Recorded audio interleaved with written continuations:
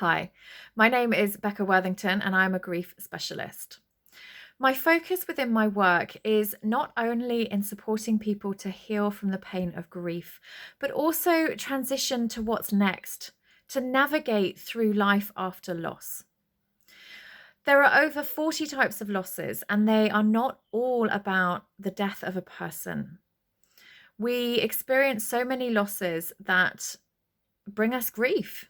And they can be relationship breakdowns, divorce, pet loss, financial loss, loss of identity. They can be bullying, they can be house moves, they can be financial changes, good and bad. Grief can also come with marriage. You are not only getting married and having that amazing day, amazing experience, you're in love, you're happy, but there's also that loss of your past life. Maybe you're moving house to move in with your partner. Maybe you're leaving your family home. There can be losses within happy, joyous occasions as well. Change creates loss, which creates grief. And what happens is we experience lots of loss and grief throughout our life, and we don't deal with it. It accumulates, and it negatively accumulates within us. And this can then bring about physical issues. It can bring about negativity about ourselves. Our thoughts and feelings can be tainted by us not being able to manage our emotions and navigate through our grief in a really supportive way, an effective way to be able to live again after loss. That may sound dramatic, but loss and grief can actually scupper you in your thinking, in your energy, in your way of being. It can change your relationships. It can bring on anxiety, stress, depression, overwhelm. There's a lot of emotions that can go with loss and grief. And we often don't recognize scenarios, especially house moves. How many of us actually look at a house move as bringing grief with it and having to deal with those grief emotions? And then do you actually deal with those emotions of grief when you've moved house? Quite often we're so busy and we keep ourselves busy with unpacking and making the house look beautiful and how we want it, and moving our families in and getting settled and meeting our neighbors and finding our new routines with our route to work or whatever it may be, that we don't acknowledge the fact that we have moved house. We have left memories and maybe friends behind from a different location. So it is really worthwhile recognizing that change brings loss, which brings grief. This isn't supposed to be a negative thing. This is all about understanding that and then getting the tools to be able to support yourselves through these moments of grief in our life. Sometimes, if it is a bereavement, it can be more than a moment. It can take us a long time to figure out how we feel, release those emotions, figure out what's next for us, and how we maneuver forward in our life without the person that we've loved. I managed to create my future after losing my husband, but I hadn't supported my emotions. I hadn't released my emotions. I hadn't released that pain of grief.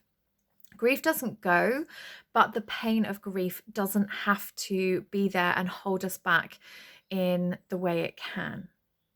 So the program that I'm doing at the moment, starting on the 10th of March, is actually about helping children with loss.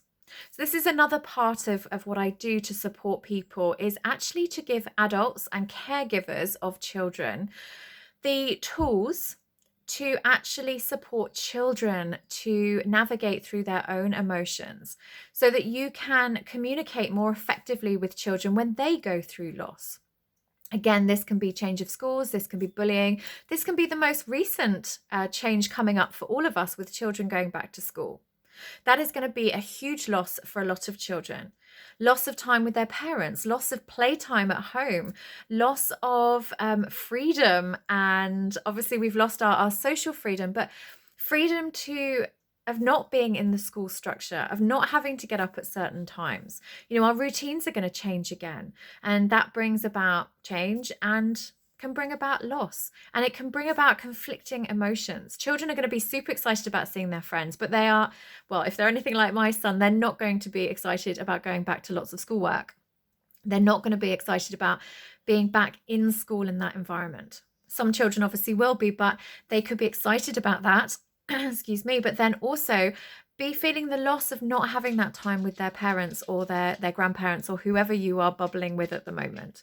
So it's really worthwhile acknowledging that being able to communicate with children is so important. Often we say to people, both children and adults, don't be sad, don't cry. We automatically say these words. Now, I know that it's very well meant and that it is very much said with love, but quite often you say that to people who are already feeling what they're feeling. They're already feeling sad. They're already feeling frustrated, unhappy, confused, whatever it may be. And if you're saying, don't feel sad, don't cry, you are telling them to stop feeling what they are feeling. So especially for children, and actually for myself, when I was grieving, I found that sentence really hard because I then thought I was doing something wrong. Should I not be feeling these emotions?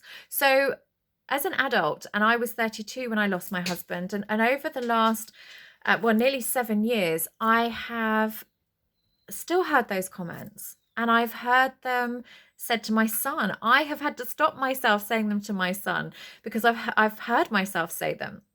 And I've now realized, because of my own experiences and my training within grief, that these sentences, although they are said with love, they are very unhelpful to someone grieving. So, as I say, as an adult in their 30s, if I'm struggling with it, imagine what is going through their head when they are feeling sad and they are told by the people who are there to support them and love them not to feel what they're feeling. It can stop people from showing and expressing their emotions. It can stop people from reaching out and getting the support they need because they feel vulnerable, they feel silly. They shouldn't be feeling what they're feeling. They should stop crying. They should, be maybe grieving on their own, which in itself can cause isolation. So it's really worthwhile thinking about our language. And this is exactly what my Helping Children with Loss program does. It helps us to preempt what children are thinking and actually dig into what they're feeling and help them to understand what they're feeling, or at least just be with their emotions. It supports us to talk to them effectively about what they're feeling. There's lots of different tools that I have to help support this and to help support you to be able to have this communication with your children. It hugely has helped me, not only with helping my son to navigate through the loss of both his father and his grandfather, but also it has built our relationship up so much stronger. Our communication is so much better than I ever imagined it could be.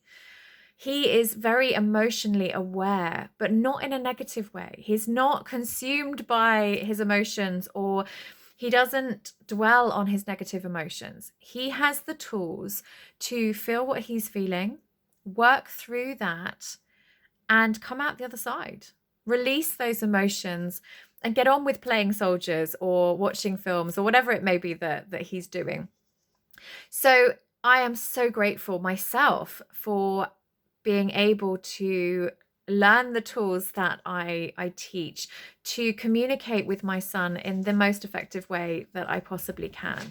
And I really hope that whether you have experienced grief through COVID and lockdown, whether you have experienced job loss, relationship breakdowns, maybe your child is having mixed emotions about going back to school, I really hope you can see where the benefit of communicating with your child about their emotions is enormous and so helpful for them and for you and for your relationship.